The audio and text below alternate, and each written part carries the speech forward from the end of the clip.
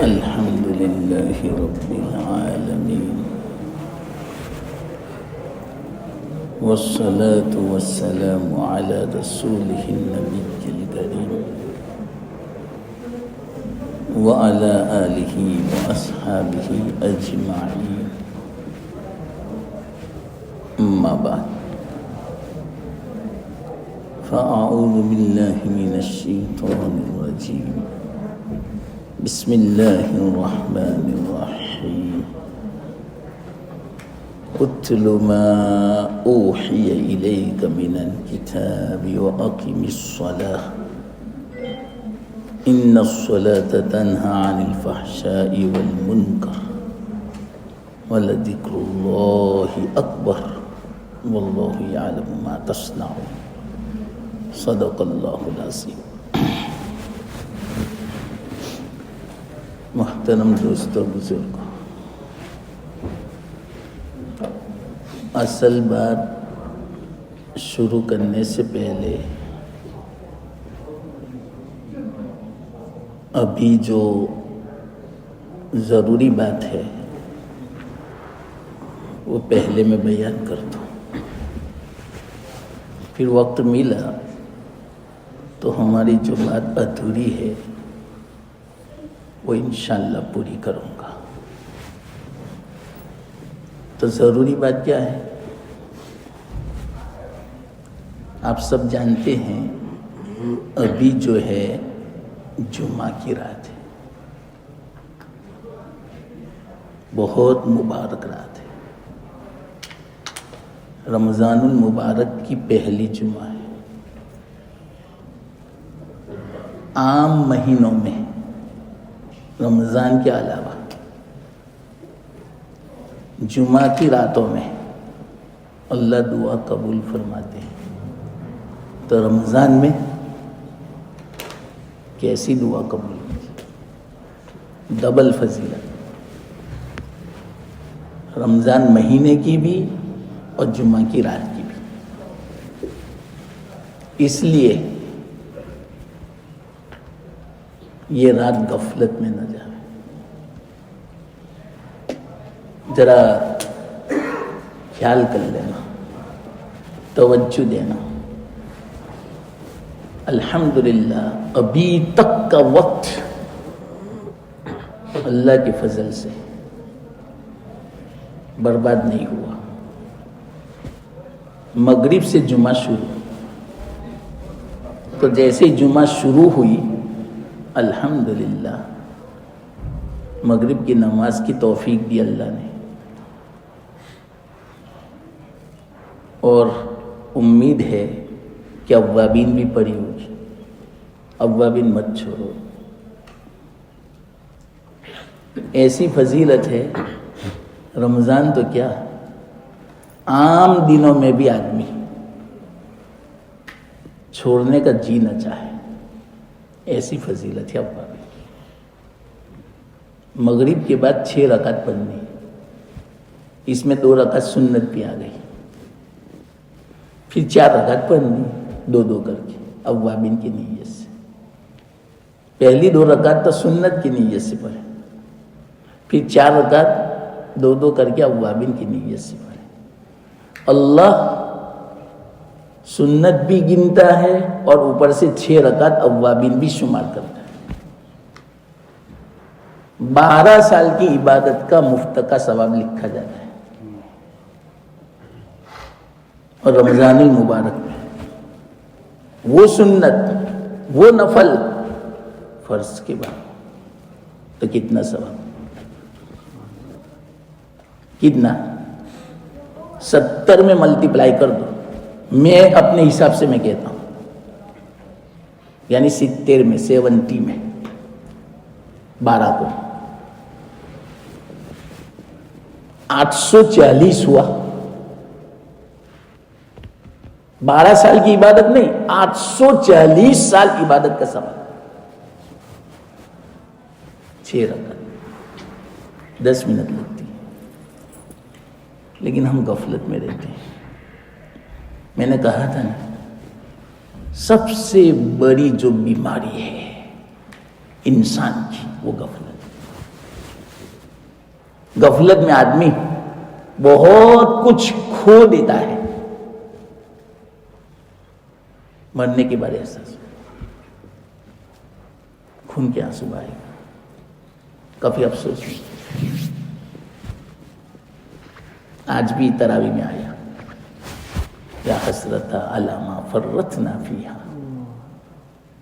ہائے افسوس ہم سے کوتاہی ہو گئی، نردو نعمل عملا صالحا، یا اللہ واپس دنیا میں بھیج دے۔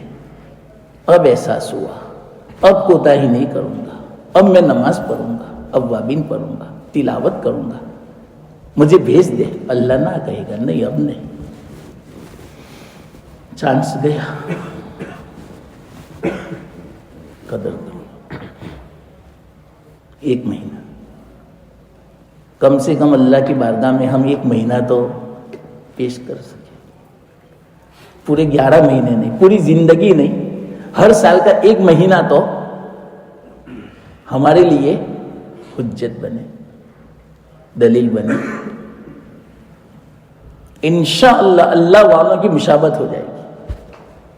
من تشبہ بقوم فہو منہم، اللہ والے جنت میں جائیں گے تو انشاءاللہ ہم نے 1 مہینہ اللہ والوں کی مشابہت اختیار کی، اللہ ہمیں محروم نہیں فرمائے، صالحین کے زمرے میں ہمیں حشر فرمائے۔ تو چلو الحمدللہ ابھی تک کا وقت، مغرب پڑھی، اللہ نے جس کو توفیق دیا اوابین پڑھی، تسبیح پڑھی، ذکر کیا، پھر کھانے کی ضرورت تھی، کھایا، کھاتے ہی فوراً اپنے کام میں مشغول ہو گئے، تلاوت کی، پھر عشاء کی نماز پڑھی۔ الحمدللہ عشاء سے پہلے 4 رکعت بھی پڑھی ہوگی، مت چھوڑو مسلمان، شب قدر کے برابر ہے، مفت کا ثواب ہے۔ ہاں تو وہ میں کہہ رہا تھا، میں بھول گیا، اوابین کا ثواب 12 سال کی عبادت لکھ کے جاتے، ثواب عام دنوں میں تو رمضان میں کتنا، اور 50 سال کے گناہ معاف فرماتا ہے اللہ، اور اس کا درجہ اعلیٰ علیین میں اللہ لکھ دیتا ہے، جنت الفردوس میں، اوابین کی پابندی سے، عرش کا سایہ نصیب فرماتا۔ بیت المقدس میں جس کو شب قدر ملی ہو اور وہ عبادت میں مصروف ہو تو وہاں کتنا ثواب ملتا ہے، اتنا ثواب اوابین۔ رمضان مبارک میں نے پہلے بھی کہا تھا، اللہ سے دعا کرو کہ اللہ نہ نفل چھوٹے، نہ سنت غیر مؤکدہ چھوٹے، نہ سنت مؤکدہ چھوٹے، نہ تکبیر فوت ہو، نہ نماز چھوٹے میری، دعا کرو اس کی۔ روزانہ دعا قبول ہوتی ہے، آج رات کو تو دعا قبول ہوگی، حدیث میں ہر جمعہ کی رات کو اللہ دعا قبول فرماتا ہے۔ تو الحمدللہ نماز پڑھی عشاء کی، فجر کب ہوگی سب کو معلوم ہے، تو فجر اور ابھی کتنا وقت ہے، 6 گھنٹے، 3 گھنٹوں کی عبادت کا سبب ہو گیا، ہم نے تو کیا بھی نہیں، 1.25 گھنٹہ یا 1.5 گھنٹہ بھی ہوا، یا صرف عشاء کی نماز 10 منٹ ہوئی، 10 منٹ میں 3 گھنٹے کی عبادت کا ثواب، مسلسل کو عبادت کریں اتنا ثواب لکھا گیا حدیث میں۔ اب آدھی جو رات باقی ہے عبادت کی، فجر کی نماز تکبیر اولیٰ کے ساتھ پڑھے گا، پوری رات کی عبادت کا ثواب لکھ دیا، چاہے ہم سوتے رہیں 4 گھنٹے، لیکن عبادت کا ثواب ہوگا۔ 4 رکعت پڑھی الحمدللہ، اللہ نے اس کے بعد سنت کی توفیق دی، 2 رکعت، اور اس کے بعد اللہ تعالیٰ نے 20 رکعت تراویح کی توفیق دی، 20 رکعت فرضوں کے برابر، 20 فرضوں کے برابر، ہر سجدے میں 2500 نیکیاں. تو 20 رکعت کے سجدے 40، تو 40 سجدوں کا ثواب 1,00,000 نیکیاں، اور ایک نیکی احد پہاڑ کے برابر. تو 1,00,000 احد پہاڑ کے برابر ہمارا ثواب مل گیا. الحمدللہ. کیوں ہم اللہ سے نا امید ہوں؟ تو ابھی تک کا وقت تو ہمارا الحمدللہ اللہ کی توفیق سے، ہمارا کوئی کمال نہیں، اللہ کے فضل سے عبادت میں گزرا. ہم اللہ سے دعا کرتے ہیں اب بعد کا جو وقت ہے اللہ کرے عبادت میں گزرے. اگر سو بھی جاؤ گے بدن کو آرام پہنچانے کے لیے اس نیت سے سنت طریقے پر باوضو دعا پڑھ کے دائیں کروٹ پر، تو سونا بھی عبادت ہے. بیت الخلا جائیں گے بایاں پیر رکھ کر دعا پڑھ کے، حاجت سے فارغ ہو جائیں گے باہر نکلیں گے دایاں پیر رکھیں گے دعا پڑھیں گے، پورا عبادت میں ثواب لکھا جائے. بیت الخلا، پیشاب پانی کیا، عبادت. اللہ فرماتے فرشتوں سے میرا بندہ سنت طریقے پر داخل ہوا ہے، پورا وقت عبادت میں لکھو. اے فرشتے ثواب لکھو. تو یہ بھی ثواب، سونا یہ بھی ثواب.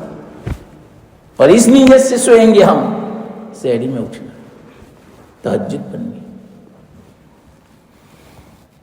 سونا بھی عبادت. ہاں تو اب یہ رات جو ہے مختصر میں کہہ رہے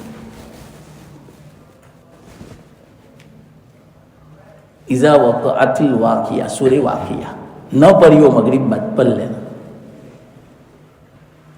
ہم روزے کی کتنی فکر کرتے ہیں، اللہ کے رسول نے اتنا آسان نسخہ بتا دیا. مغرب کے بعد پابندی سے سورہ واقعہ کی تلاوت کر لو، اللہ تعالیٰ کبھی تمہارے پاس فقر کو آنے ہی نہیں دے گا. ہمیں ڈر ہے غربت سے، فقر سے، تنگی سے. 5 منٹ کا مسئلہ ہے. 5 گھنٹے ہم سروس جاب کرتے ہیں، 5 دن مہینے ایک ساتھ میں 8 گھنٹے کرتے ہیں، تب جا کے 100 پاؤنڈ ملتے ہیں شاید. اور یہاں پر 5 منٹ ثواب کا ثواب، سکون، رحمتیں، برکتیں، نورانیت، اللہ کی نسبت، اللہ کی محبت، اللہ سے تعلق، قرآن سے تعلق، دنیا بھی بنے گی آخرت بھی بنے گی صرف 5 منٹ میں. اور دنیا کے بارے میں کوئی گارنٹی نہیں. اس کی بھی پابندی کر لو. ہر والی کو چاہیے، ماں باپ کو چاہیے اپنی اولاد کو پابند بناؤ. عبداللہ بن مسعود رضی اللہ تعالیٰ عنہ بیمار تھے، آخری حالت تھی، مرض الوفات بولتے ہیں اس کو. جس بیماری کے بعد وفات ہونے والی ہو اس بیماری کا نام ہے مرض الوفات. ایک صحابی خبر لینے آئے، پوچھا کیسے ہو؟ دیکھیں کیا پوچھتے ہو خبر. لمبی بات ہوئی. پھر آخر میں انہوں نے کہا، وہ صحابی جو خبر لینے آئے تھے، کہ آپ نے اپنے بچوں پر رحم نہیں کیا، بچوں کا خیال نہیں کیا، بچوں کے لیے کچھ چھوڑا نہیں آپ نے. کوئی پراپرٹی نہیں، کوئی جائیداد نہیں، کوئی بیلنس نہیں، کچھ بھی نہیں، آپ نے کچھ کیا ہی نہیں. کیا فرمایا معلوم؟ مجھے اس کی کوئی فکر نہیں، میں نے اپنے بچوں کے لیے کچھ بھی نہیں چھوڑا، مجھے کوئی فکر نہیں. بھائی کیوں فکر نہیں؟ ابھی اوپر سے یہ بھی بولتے ہو کہ مجھے فکر نہیں. ٹھیک ہے، نہیں، میں نے اپنے بچوں کو سورہ واقعہ سکھا دی، مجھے یقین ہے میرے بچے کبھی فقیر نہیں ہوں گے. اور ہم اپنے بچوں کے لیے بنگلے، مکانات، پراپرٹی، بیلنس سب چھوڑ جاتے ہیں. تھوڑی مدت کے بعد بچے غریب، فقیر، خود نہیں ہے، سب کچھ ہونے کے باوجود کچھ نہیں.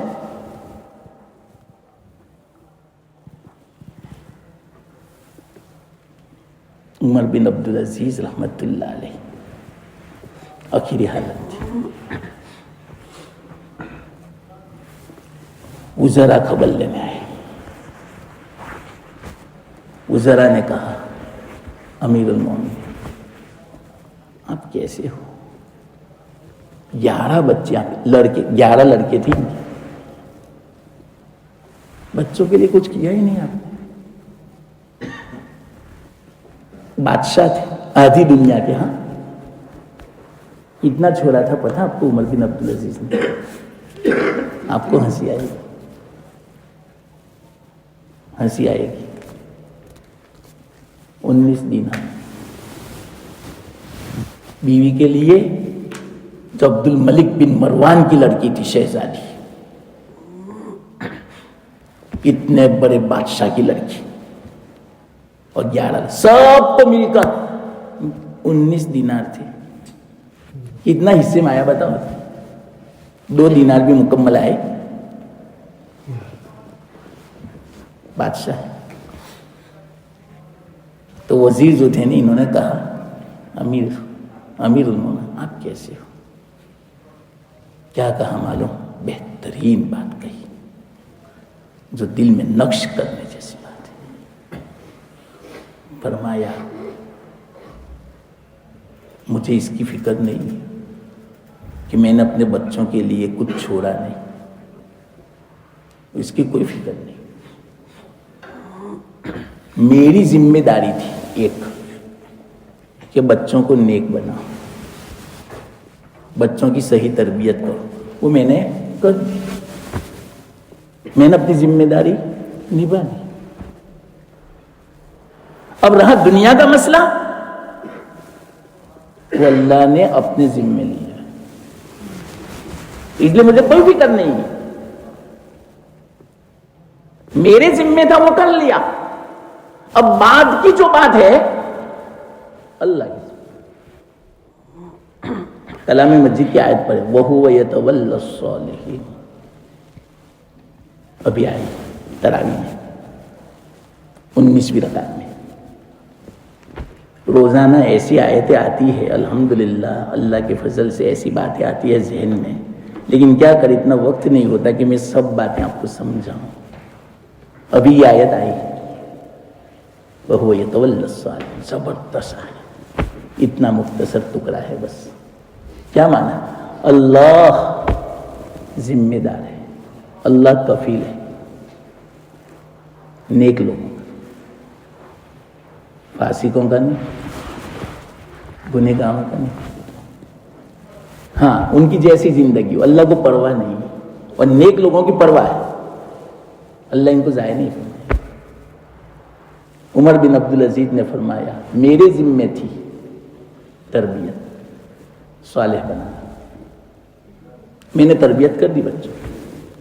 اب آپ جو کہتے ہو ذرا کچھ چھوڑا نہیں, مجھے کوئی فکر نہیں, اس لیے تو اللہ کی ذمہ ہے,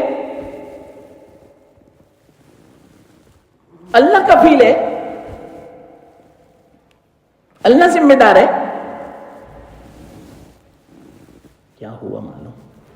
امام شافعی رحمت اللہ علیہ فرماتے ہیں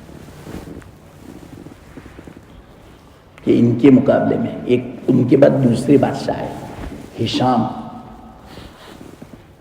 عبد الملک کے بیٹے ہیں, ہشام بن عبد الملک, یہ داماد تھے, وہ بیٹے تھے. عجیب اتفاق کہ ہشام کی بھی 11 اولاد تھی. ہشام کا جب انتقال ہوا, ہر بیٹے کے حصے میں کروڑوں دینار و درہم آئے, کروڑوں. اور عمر بن عبدالعزیز کے اولاد کے حصے میں 1 دینار, اور ان کے حصے میں کروڑوں. لیکن ہشام نے تربیت نہیں کی تھی اپنے بچوں, آوارہ تھے. مالدار کی بیٹی کیسے ہوتے بتاؤ, بادشاہ کے بچے کیسے ہوتے, اور تربیت نہ ہو تو ایک تو پیسہ, ایک نوجوانی, جنون. کوئی گناہ ایسا نہیں ہوتا ہوگا جو ان سے سرزد نہ ہوگا. کیوں؟ باپ بادشاہ ہے، ہمیں کون کہنے والا ہے؟ امام شافعی رحمت اللہ علیہ فرماتے ہیں میں نے اپنی آنکھوں سے دیکھا ہشام بن عبد الملک کی سب اولاد جمعہ کے دن الگ الگ جامع مسجد کی سیڑھیوں پر بیٹھ کر بھیک مانگتے، شہزادے۔ تاریخ کا واقعہ میں آپ کو بیان کرتا ہوں، امام شافعی کی گواہی۔ اللہ، شہزادے بھیک مانگے، لوگ کتنی عبرت کی نظر سے دیکھتے ہوں گے، یہ شام کی اولاد دیکھو تو صحیح، بھیک مانگنے کے دے دو اللہ، کروڑوں میراث چھوڑی تھی۔ اور امام شافعی فرماتے ہیں میں نے عمر بن عبدالعزیز کے 11 لڑکوں کو دیکھا، الگ الگ اسٹیٹ کے منسٹر تھے، 11 کے 11 بادشاہ تھے، حاکم تھے، الگ الگ صوبے کے۔ چلو بتاؤ، اس زمانے میں جو بھی بادشاہ ہوتا وہ جب کسی کو منسٹر بناتا، حاکم، تو پہلے دیکھتے کہ کون امانت دار ہے، عالم ہے، سمجھدار ہے، اللہ کا خوف رکھتا ہے، تو سب کی نظر عمر بن عبدالعزیز کے اولاد کی طرف جاتی کہ اس سے بہتر کوئی نہیں۔ وہ نہیں چاہتے تھے پھر بھی زبردستی بنایا، کیوں؟ تربیت تھی نا، پیسہ نہیں تھا۔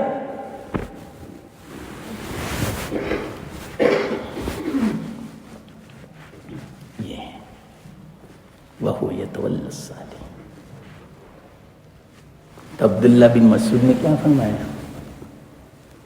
صحابی تھے وہ، دوسرے جو خبر لینے آئے کہ مجھے کوئی فکر نہیں اپنے بچوں کی۔ کیوں بھائی فکر نہیں ہے؟ میں نے سورہ واقعہ سکھا دی۔ لو، ہم کہتے ہیں مجھے اپنے بچوں کی کوئی فکر نہیں، ہر ایک کی میں نے دکان کر دی ہے، دکان پر کتنا بھروسہ، ان کو سورہ واقعہ پر بھروسہ۔ یہ ہے زمین آسمان کا فرق ہم میں اور صحابہ میں۔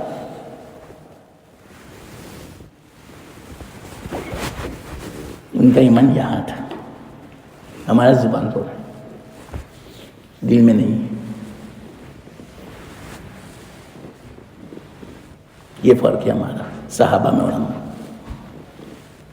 بس ایک بالش کا فرق ہے۔ ان کا ایمان یہاں، ہمارا ایمان یہاں، بس اندر کچھ نہیں، کھوکھلا خالی، کوئی اثرت نہیں۔ عبداللہ بن مسعود فرماتے مجھے کوئی فکر نہیں، کسی بھی بچے کو پوچھو، 4-5 سال کا بچہ، اے بیٹا چل تو سورہ واقعہ سنا، فٹافٹ سنا دی، بس ہو گیا، دولت ہو گئی میرے بچے کے پاس، کبھی یہ فقیر نہیں ہوگا۔ ہمیں کیوں یقین نہیں؟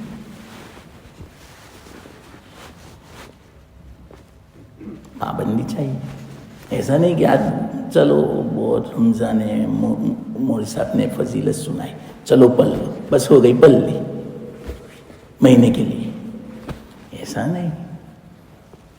اللہ کو یہ پسند نہیں، یہ مستحب عمل ہے، مستحب عمل خیر العمل ما دیم علیہ، پابندی ہونی چاہیے، پھر بعد میں دیکھنا اللہ کی طرف سے رحمت ہے، مدد،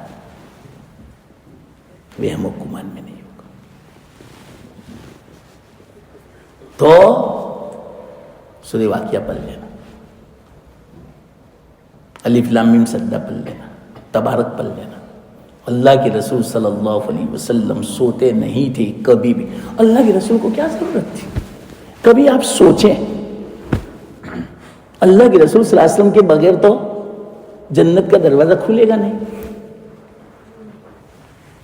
سب سے اول آپ جنت میں داخل ہوں گے، اللہ نے فرما دیا رضوان سے، دربان سے، کہ جنت کا دروازہ جو بھی کھٹکھٹاوے پوچھنا پہلے، محمد اگر ہے تو کھولنا، ورنہ کسی کے لیے مت کھولنا۔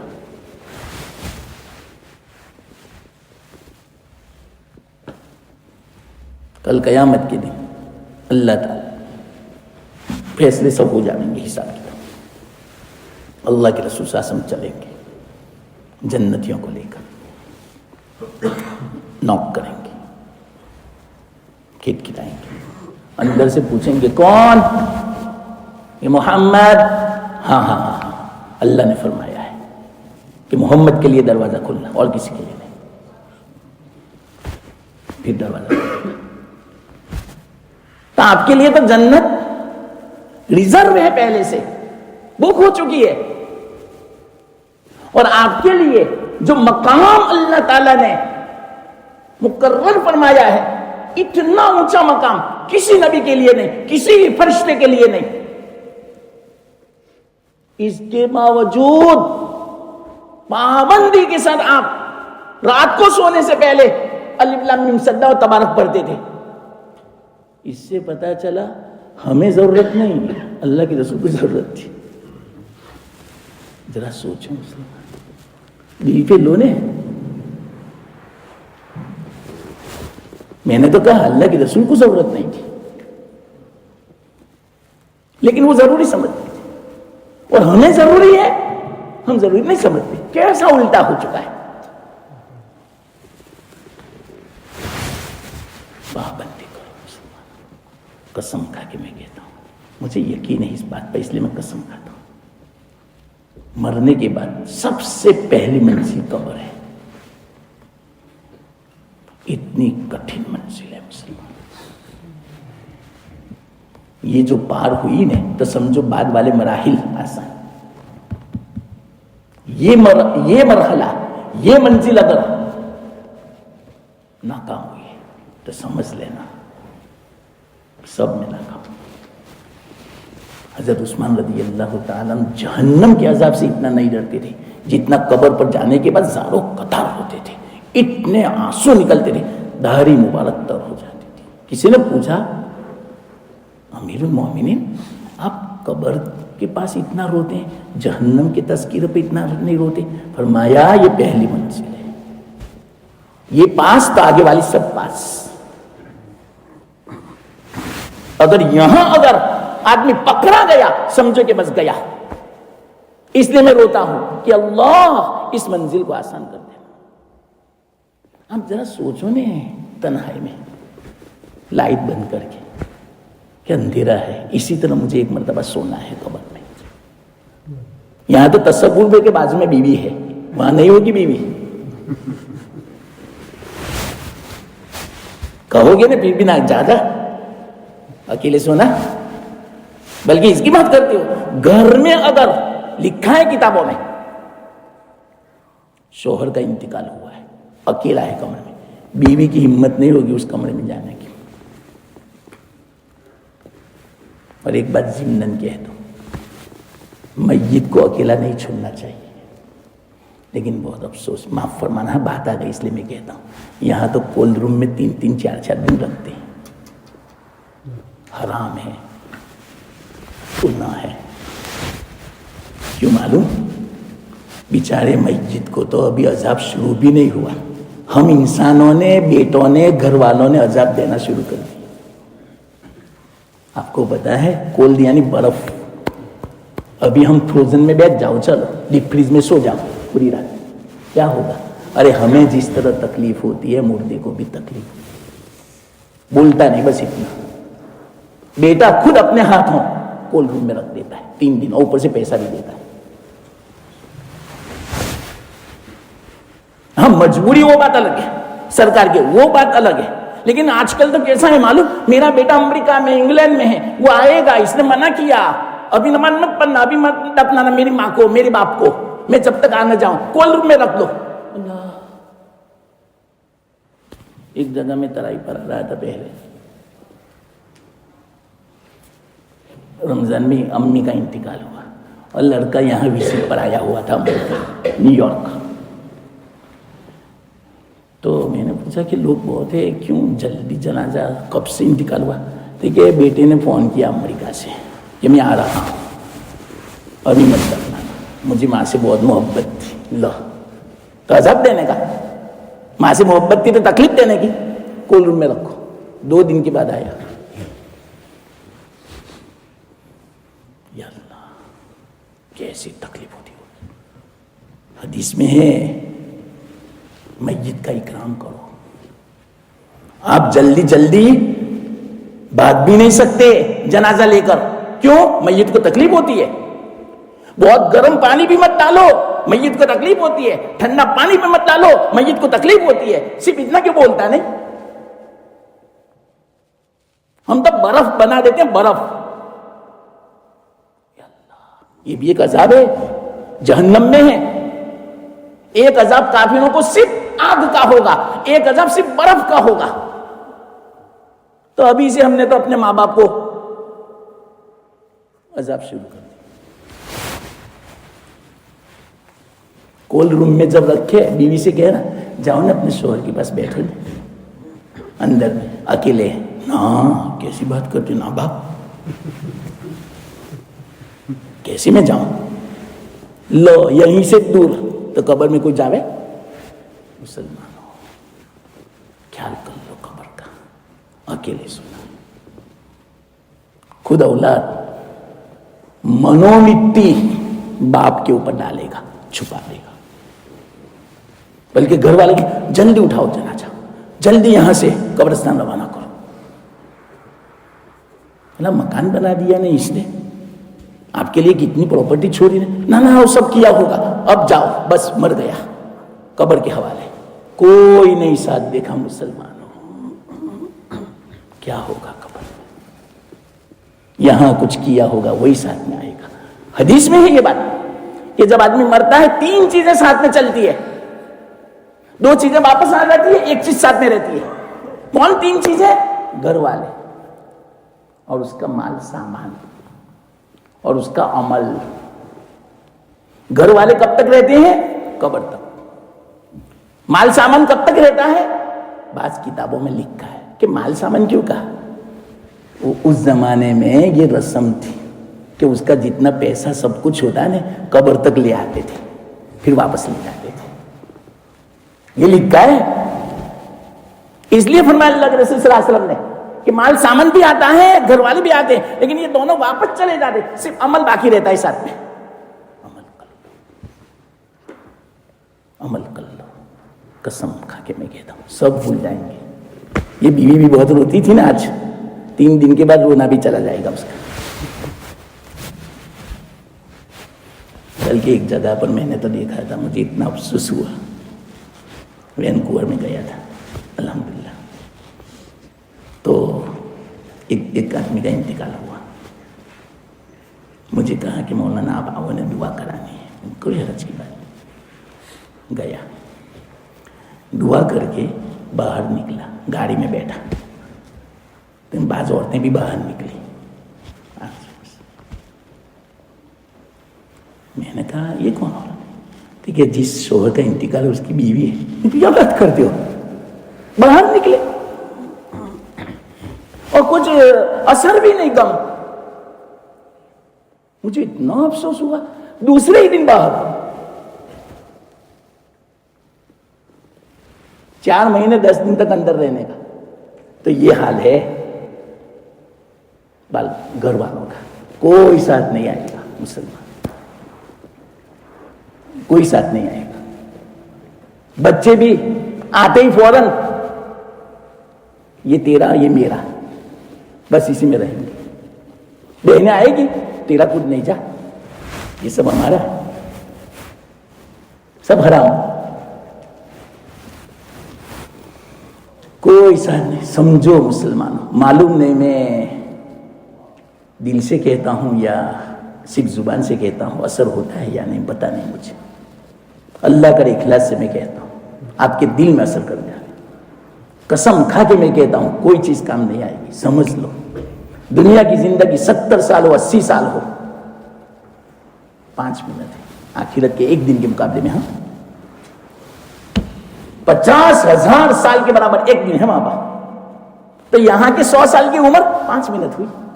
5 منٹ کے لیے اللہ کو ناراض کرتے ہیں, 5 منٹ کے لیے قبر کو خراب کرتے ہیں, آخرت برباد کرتے ہیں. سمجھو, یہ مہینہ ہے سمجھنے کا. اصلاح کا. تو قبر بنا لو. تو اللہ کے رسول صلی اللہ علیہ وسلم پابندی سے الف لام میم سجدہ تبارک پڑھتے تھے, ہمیں ضرورت نہیں ہے. ارے قبر کی مجال ہے کہ اللہ کے رسول صلی اللہ علیہ وسلم کو تسبیح کرے, پھر بھی آپ کو فکر تھی. ہمارا تو معلوم نہیں کیا ہوگا. سب سے پہلے ہمیں جتنی پیٹ کی فکر ہے یہی پھٹے گا.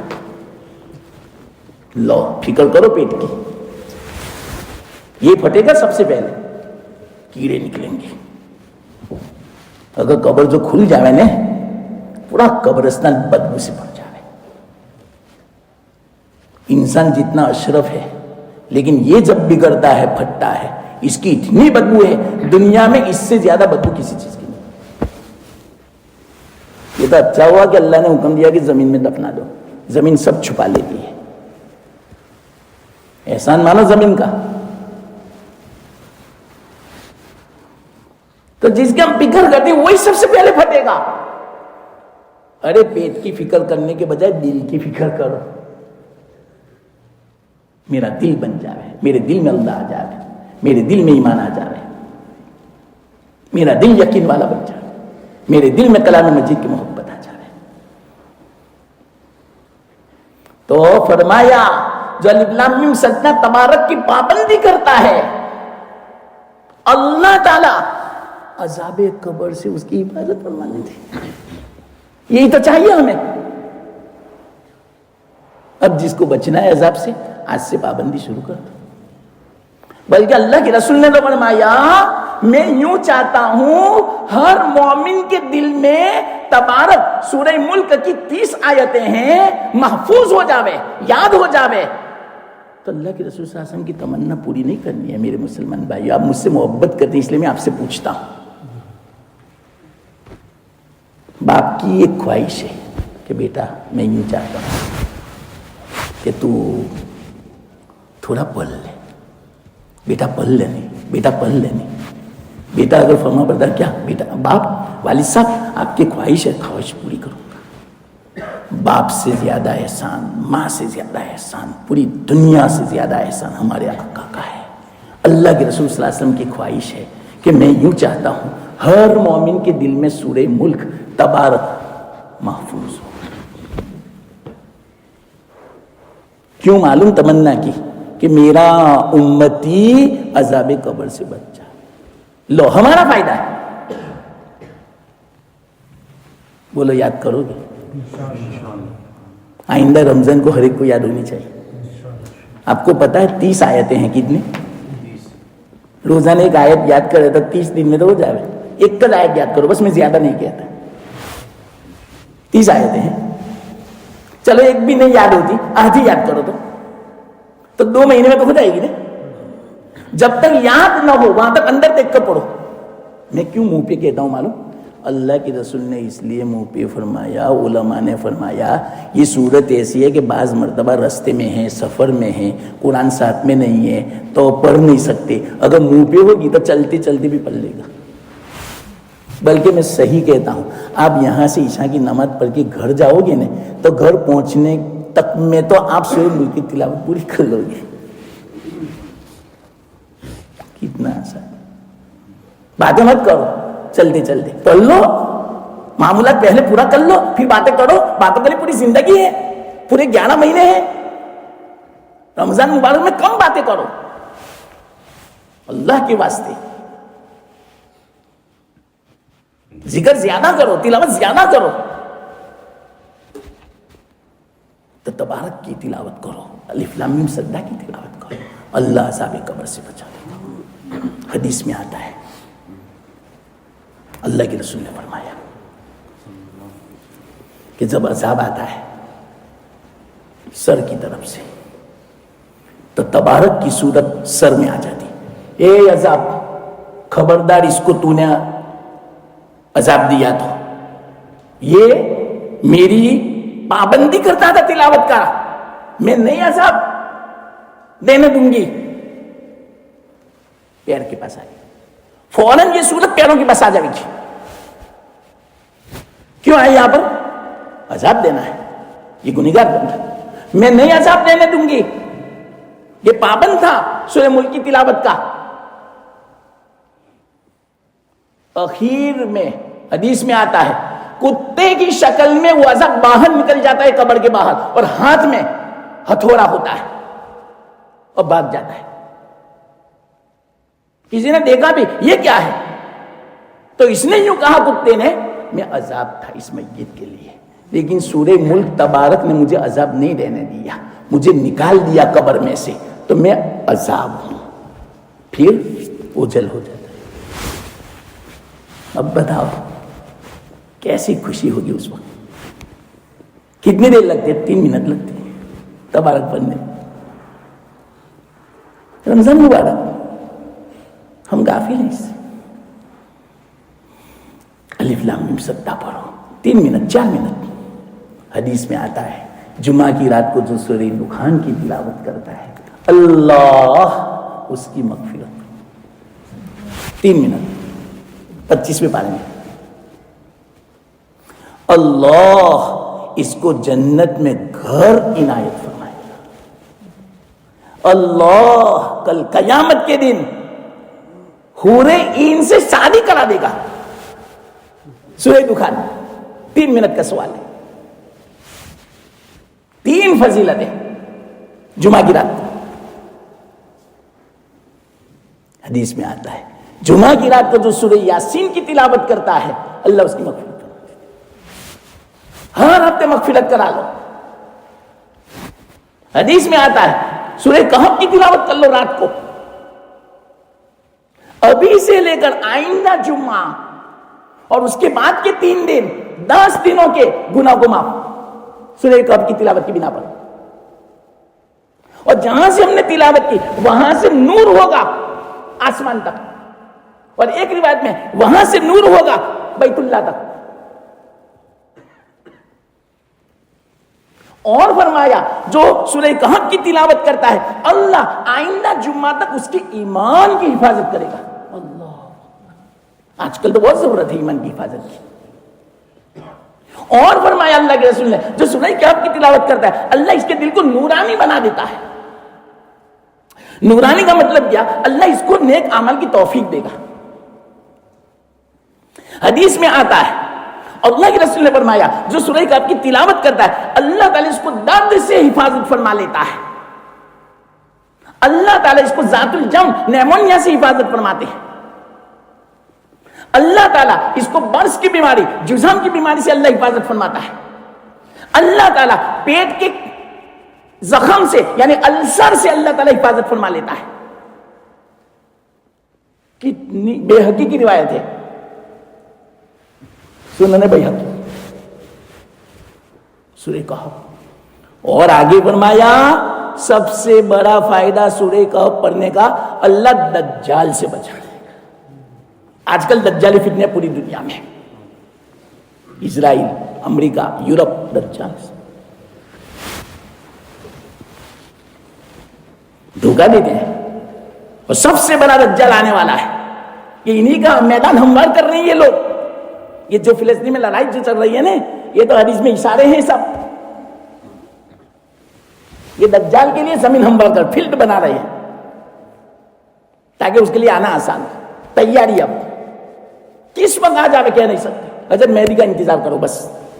حالات ایسے بتلا رہے ہیں پوری دنیا ظلم سے بڑھ جاوے گی. کیسا ظلم ہو رہا ہے مسلمانوں پر پوری دنیا میں دیکھو. حضرت مہدی کے ظاہر ہونے کی تیاری ہے انشاءاللہ. دیکھو پھر کیا ہوتا ہے. اللہ کے رسول فرماتے ہیں کوئی نبی دنیا میں ایسا نہیں آیا کہ جس نے اپنے امت کو دجال کے فتنے سے نہ ڈرایا ہو. اور میں بھی اپنے امت کو دجال کے فتنے سے ڈراتا ہوں. اس سے بڑا فتنہ کوئی نہیں ہوگا. تو اللہ کے رسول فرماتے ہیں سورہ کہف کی جو تلاوت کر لیتا ہے جمعہ کو اللہ اس کو دجال کے فتنے سے بچا لے گا. ارے دجال سے فتنے سے بچ گیا ایمان بچ گیا. تو یہ رات ہے. حدیث میں آتا ہے رات کو جو سورہ کہف پڑھتا ہے پوری رات اس بندے کے لیے 70,000 یعنی 70,000 فرشتے رحمت کی اور مغفرت کی دعا کرتے. ہمیں ضرورت نہیں ہے تو تلاوت کریں. حدیث میں آتا ہے اللہ کے رسول نے فرمایا جمعہ کا دن اور رات بڑی فضیلت والی ہے، اس بنا پر اس دن میں بھی اور رات میں بھی میرے اوپر کثرت سے درود شریف پڑھو. یا اللہ، چلتے پھرتے درود، چلتے پھرتے درود، صلی اللہ علیہ وسلم، صلی اللہ علیہ وسلم، صلی اللہ علیہ وسلم. بلکہ یہ جمعہ تو گیا، آپ کو پتا نہیں تھا، آئندہ جمعہ کو یاد رکھنا، ہر 4 رکعت کے بعد درود شریف پڑھنا. حضرت تھانوی رحمۃ اللہ ہر 4 رکعت کے بعد 25 مرتبہ درود پڑھتے تھے. ہاں یہاں تو 1-2 مرتبہ پڑھ سکتے ہیں بس، 4 رکعت کے بعد فوراً کھڑے ہو جاتے ہیں نا، پڑھا نہیں جاتا، کم سے کم 10 مرتبہ پڑھے، اتنی دیر قیام ہونا چاہیے. تراویح کا معنی کیا؟ ترویح، آرام کرنا 4 رکعت، یہ ہے اصل تراویح. تھوڑی دیر آرام کرو. کتنی دیر؟ حضرت تھانوی رحمۃ اللہ 25 مرتبہ درود شریف اتنی دیر بیٹھتے تھے. کوئی کھڑا ہوتا، کوئی اپنا کام کرتا، کوئی پانی پیتا، کوئی اپنے فریش ہو جاتا، اور پھر تازہ دم تراویح 4 رکعت. یہ ہے اصل. چلو خیر، ٹائم نہیں ہے ایسا، یہاں سب بہت بزی ہیں، ہو سکتا ہے مصروفیت کی بنا پر. جو بھی ہو، مطلب ایک بات میں کہتا ہوں، ہر 4 رکعت کے بعد جو دعا ہے نا وہ سبحان الملک القدوس، یہ حدیث سے ثابت نہیں ہے، یہ تو بزرگوں نے فرمائی. اس کے علاوہ کوئی بھی آپ دعا کر سکتے ہیں. ربنا آتنا فی الدنیا، اللہم انی اسألک العفو والعافیہ فی الدنیا والآخرہ، ربنا آتنا فی الدنیا، ربنا ھب لنا من، اور درود شریف خوب پڑھو، اور خاص کر کے جمعہ کے وقت. تو اللہ کے رسول فرماتے ہیں رات کو دن کو خوب درود پڑھو. اور اللہ کے رسول نے فرمایا سب سے افضل عبادت نماز ہے، لیکن نمازوں میں بھی سب سے افضل نماز جمعہ کے دن کی فجر کی نماز. ابھی جو فجر آنے والی ہے نا، سب سے افضل نماز ہے. تکبیر اولیٰ کے ساتھ پڑھنا چھوڑنا مت. اور حدیث میں آتا ہے جو جمعہ کی فجر کی نماز کے لیے مسجد میں آتا ہے اور آنے کے بعد 3 مرتبہ استغفر اللہ الذی لا الہ الا هو الحی القیوم واتوب الیہ پڑھتا ہے، حدیث میں اللہ تعالیٰ سمندر کے جھاگ کے برابر بھی گناہ ہوں گے نا، معاف فرما دے گا. کتنا آسان سستا سودا ہے. اور اللہ کے رسول نے فرمایا رات کو سوتے وقت 3 مرتبہ پڑھ لو. دنیا میں جتنے درخت کے پتے ہیں، ریت کے ذرات ہیں، جتنے دنیا کے ایام ہیں، جتنے پانی کے قطرے ہیں، اتنے گناہ بھی ہوں گے تو اللہ تعالیٰ سونے سے پہلے 3 مرتبہ استغفار پڑھنے کی برکت سے اللہ معاف. بہانہ تو دیکھو اللہ کا ہمیں معاف کرنے کا، لیکن ہم ہیں کہ غافل ہیں. فون لے کر سوئیں گے اور اسی میں نیند آئے. ارے استغفر اللہ پڑھو، وضو کرو، دعا پڑھو، یہ سب کچھ کرو. چلو وقت کافی ہو چکا، ابھی بس جو معمولی جو کہنا تھا وہ ہوا. میں جمعہ کے دن کے بارے میں بھی کہنا چاہتا تھا، لیکن میں نے ابھی وقت دیکھا وہ 50 منٹ ہونے آئے. اللہ نے جو کہنے کی توفیق دی اللہ قبول بھی فرما رہے. مجھے آپ کو سب کو اللہ عمل کی توفیق دے. وآخر دعوانا الحمدللہ رب العالمین. سبحان اللہ و بحمدہ، سبحانک اللہم و بحمدک، نشہد ان لا الہ الا انت، نستغفرک و نتوب الیک.